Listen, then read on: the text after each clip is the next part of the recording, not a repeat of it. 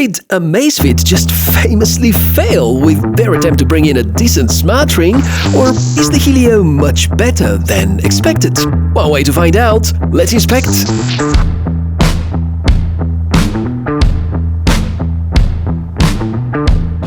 Right, welcome! Great to meet you. It's 2024 when I'm recording this particular video, and this year devices such as this smart ring already do matter a lot, especially when it comes to health tracking, because they kind of try to offload functions that we traditionally assign fitness trackers and smartwatches with.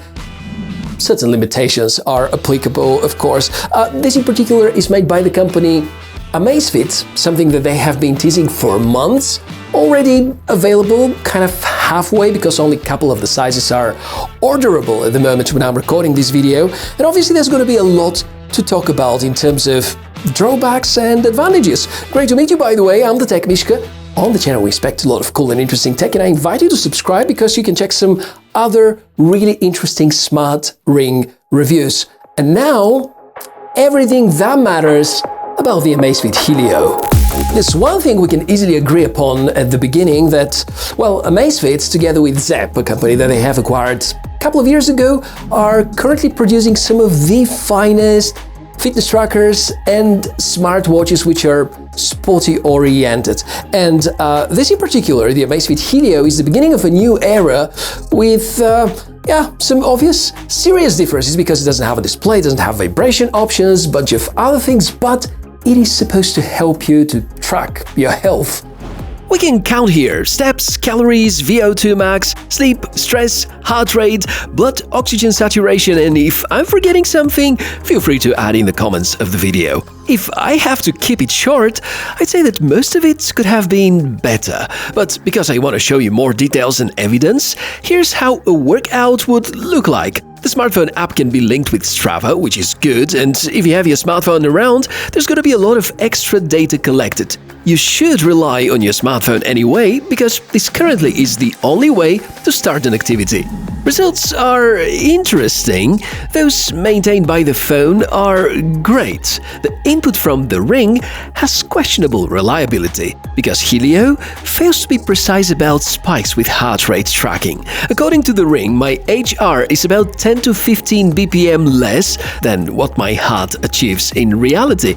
This might not be a deal breaker for most people, but certainly a red flag. Sleep tracking is stat better, with some more details notable than some competitors, as well as results which seem to be rather reliable at the first sight. Stress and blood oxygen saturation are also being measured. We should for sure have high expectations from the step counter. Helio relies on input from a gyroscope and accelerometer both, unlike most other rings at the moment, which mostly rely on accelerometer. This has to convert into better workout tracking as well. Here's the current list with the supported activities, and you can launch your workout from within the Zepp smartphone app. There's a thing about smart rings, especially when it comes to workouts with specific sports, when you have to grasp something like, I'm trying to get this power bank, and you can immediately hear when my hand is in contact, meaning that they can't be that nice to wear when you do practice sports, especially when your hands are quite involved. For some other sports, that's going to be fine, and probably in any other use case scenario. But other than that, for health tracking, these can be really good, and I think the design of this smart ring is pretty amazing. I would say game-changing, or class-leading at least. It is all close to perfect when it comes to unboxing. Amazing are, as usual, classy, with a box that is as big as the packs for their smartwatches. I guess some cardboard could be saved here, because inside it's just the ring and the charging dock and some papers. The combination between titanium alloy and resin on the inside are very reassuring. If you don't mind the style and the color, this is among the best feeling smart rings out there, and my personal favorite when it comes to style.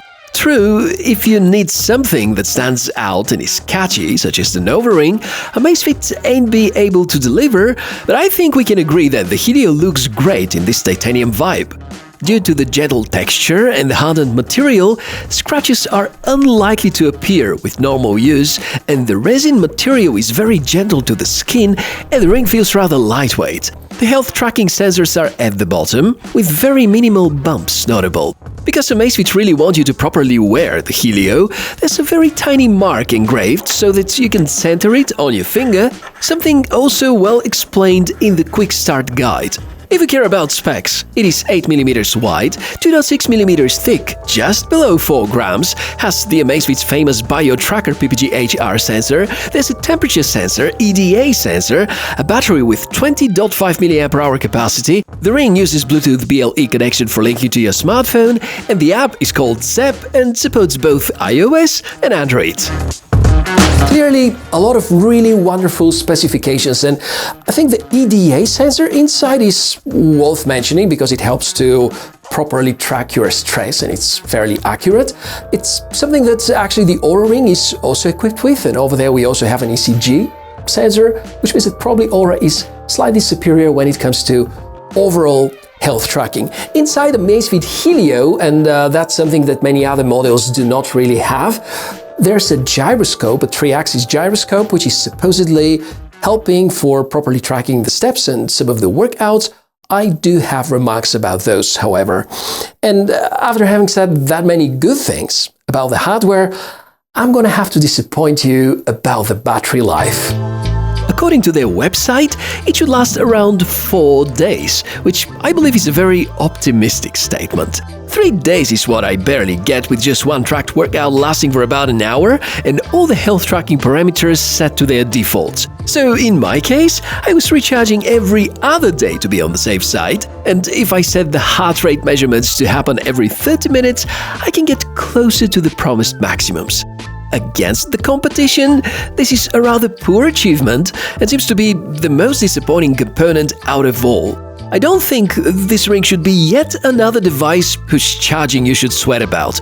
Plus, having released the Helio just now, in 2024, Amazfit should have done a much better job regarding the battery endurance. So, if you can swallow this bitter pill, there's some light at the end of the tunnel. The Zep smartphone app is a delight to use. Maybe it's getting a bit overwhelming in the past few years with the integrations after the Zep acquisition, but still staying strong. Nice and tidy work about the main cards. You can visualize all the needed sections. By the way, it will warn you that if the ring is used alongside another tracker or watch from the brand, the app is going to carefully calculate the steps and activities based on intelligent algorithms so that they don't overlap and are as close as possible to perfection in terms of accuracy. And despite all that, I can definitely say that with its August 2024 firmware, the step tracking is way off. You're also going to notice some AI-backed areas and a coach section. While the Zep app is free and Helio doesn't force you to go into some monthly subscription plans, you have these optional features that could be unlocked with monthly or yearly payments. The only adjustments you can make to the config are available in this particular section and are related to the health metrics. If you need better battery life, you can disable some of these or reduce the frequency of capturing the data. And don't forget that the Zep app is among the best ways to relay all of these data to multiple other third-party popular services such as Strava and Google Fit. So I will leave it up to you to decide whether the $300 price tag makes Amazfit Helio a relevant smart ring choice in 2024. It costs as much as Oura Ring, but there is no subscription. It is a bit cheaper than the Galaxy Ring, costs a bit more than Ultrahuman and Ring Cons devices, and I guess it's gonna be a really interesting battle with Oura in the North American region. Quite expectedly, the surprisingly short battery life tops the drawbacks list. I'm not happy to see inaccurate steps tracking, but I remind you that probably firmware updates have refined the algorithm at the time you watch this video. Also, Amazfit weirdly roll out the series incrementally, with only a few sizes available at launch. There is no choice for colors, the app gets too full of AI and coach-based subscription suggestions, and there is no recharging case, such as the one Ringcon provide with their smart ring.